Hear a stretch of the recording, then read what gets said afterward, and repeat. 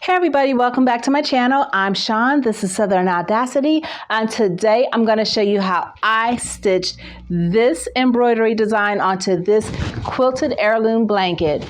Stay tuned. Alrighty, so for this project, I am going to be using my 12 by 15 inch mighty hoop. That is a magnetic hoop that has a really wonderful hold for your projects. I'm also going to be using tearaway stabilizer. Now this is because the hoop is so big, I do have the bigger roll and it's 20 inches wide and I think it came like 25 yards or 25 feet maybe. It had to have been 25 feet. But anyways, I'll leave the link for everything in the description, including how you can get free shipping on your mighty hoops if you decide to order some. Now, the blanket that I'm going to be using, this is an heirloom blanket that has this pretty buffalo plaid trim on it. So this did come from the Craft Loft, and I'll leave information in the description box as well as to how you can order any of these things that are in my video, okay? So I'm going to get this started.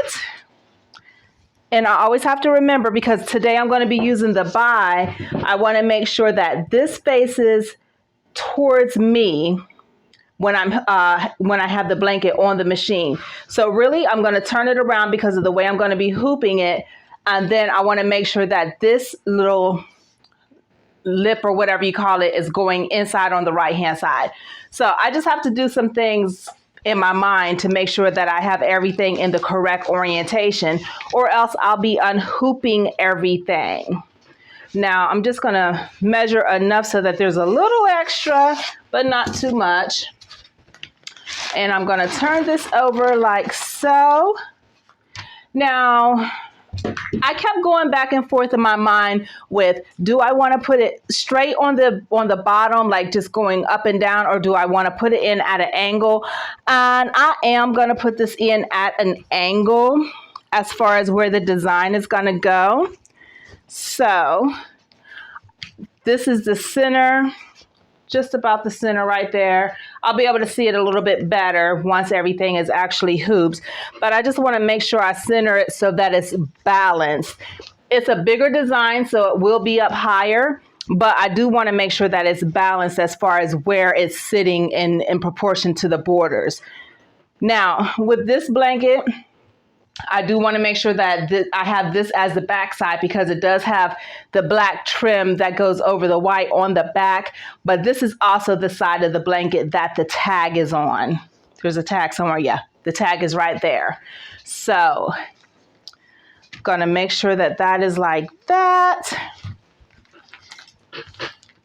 And what I am also going to do, after I have everything the way I want it set up, I'm going to go over this with a lint brush, because I want to make sure that there's no extra lint anywhere that might get caught up under a stitch. And these blankets come straight from the manufacturer, and you know, it's a textile mill, so you're going to have lint and extra threads and everything everywhere. So you just want to make sure before you present it to someone that it is as neat and clean as possible. So, let's see here, I'm hoping that, scoot that over a little bit. Hopefully I gave myself enough stabilizer on the opposite end. And here goes the mighty hoop picking up scissors. And so I'm going to be hooping it this way, because this is the way it's going to go into the machine. However, it looks a little crooked right here. So I'm going to just try to, without kicking everything out of place, I'm going to just try to tug on the blanket just a little bit, just to get it straightened out a little bit, so that it's not so crooked looking to me anyways.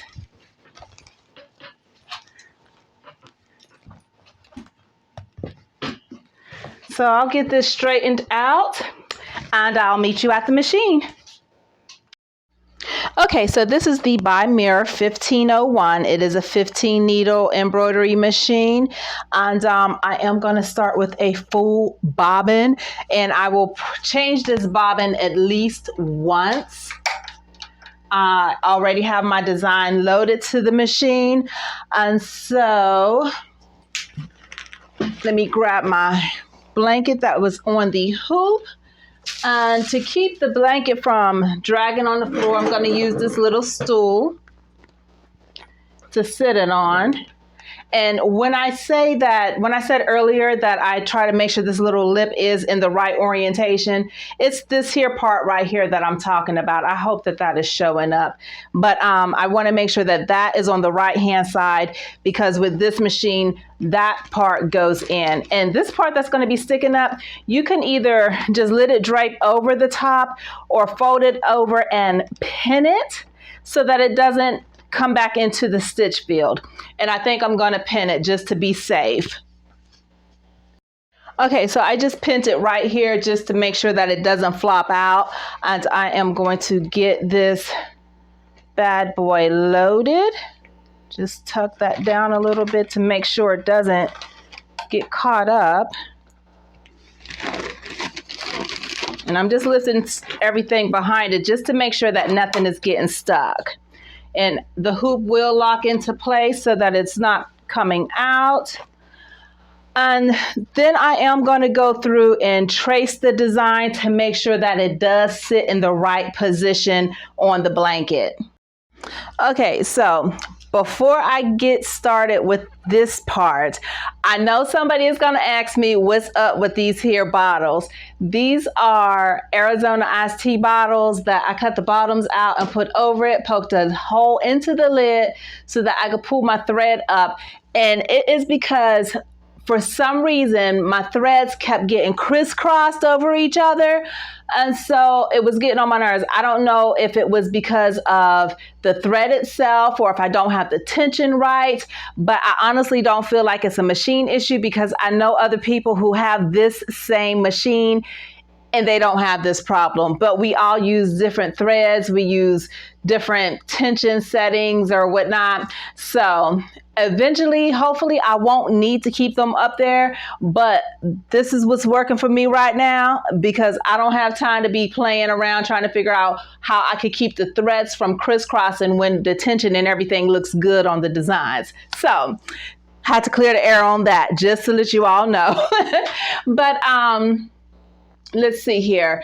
I've got the blanket on the hoop. I am going to get this laser so that, well, I guess I gotta back up. Have to back up, because the setting that I have it on right now is for this 10 by 10 hoop, but I'm using a much bigger hoop. So the machine is thinking that it only has a 10 by 10 space. So I have to make sure that wherever this design is, it's gonna stitch within the right area. Does that make sense? I hope so.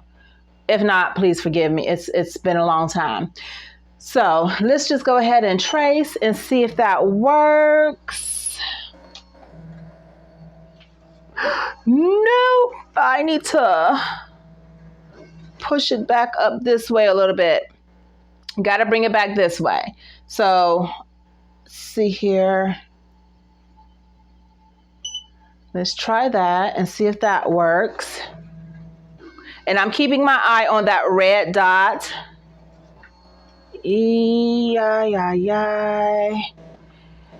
This part's going to aggravate you, but I'm just going to do the slow float to trace it. And I'm going to hold down needle number 1 because it's basing the tracing of the design off of needle number 1.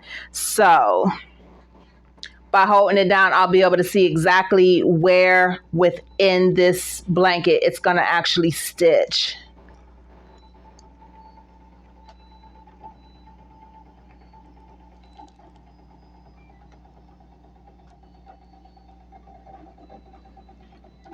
Seems like it's this way a little too far.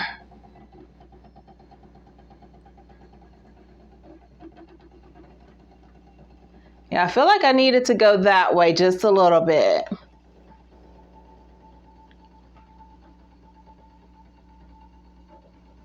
And I will try to remember to go back and timestamp the video so that it's not so tedious for people who don't want to watch me trace this over and over again.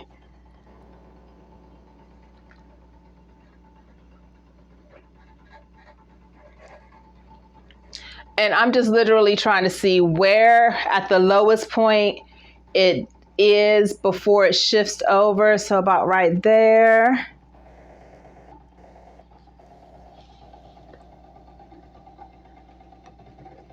And about right there. I still think it could go that way just a little bit more.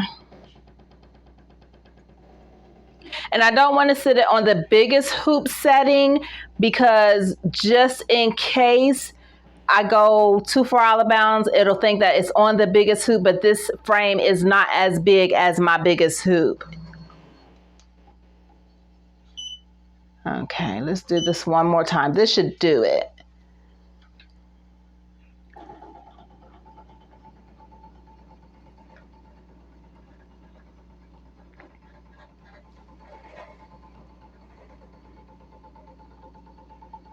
And I was informed by someone else who uses a different brand multi-needle that they don't have a laser at all on their machine. And I was like, oh, so there are actually some machines out there that don't have lasers?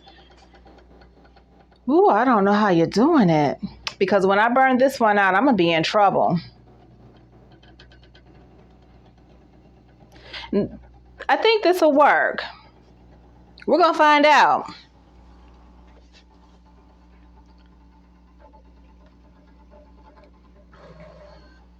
Okay, so it is centered because this here little dot right here is the center point. I think that's fine. So the first stitch is going to be a knockdown stitch that I added to the design with Embrilliance. And the knockdown stitch is part of Embrilliance Enthusiast. So we're going to go ahead and get started. It'll be white thread and it's going to take some time. So no, I'm not going to sit here and make you all watch all of the white thread stitching. I'm not going to record everything, but just to, let you know, it is going to just be a knockdown stitch going down first.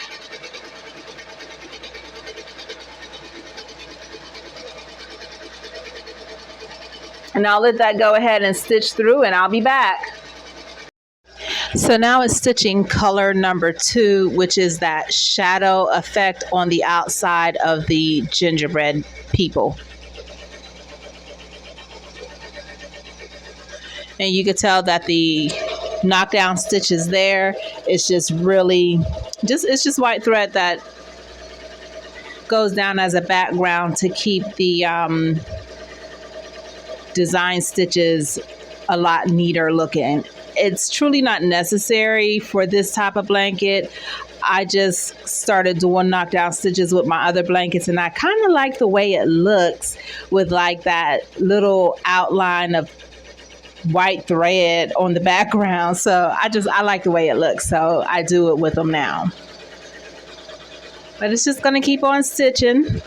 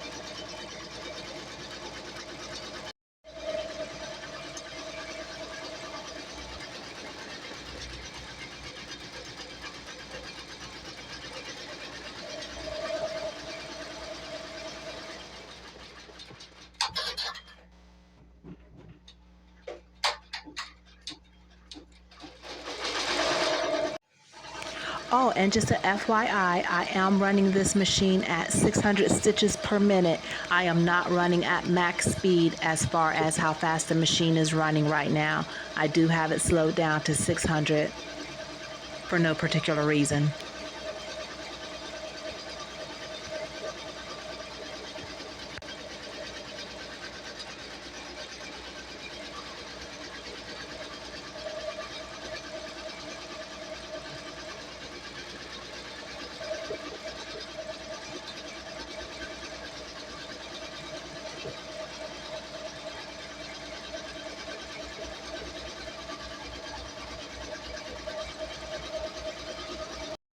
Alrighty, so this one is all stitched out. Let's turn it around so you can see. This is for Rylan, 2023. Her first Christmas. And I will leave in the description box all the information regarding where I got the design, which this was from Creative Fabrica, the gingerbread couple or whatever. And then the My First Christmas, I actually put that together. It is a font from Designs by Juju. The blanket, of course, like I said, is from the Craft Loft. And the hoop is the Mighty Hoop. The machine itself is that Bai Mirror 1501, and it is a 15 needle embroidery machine.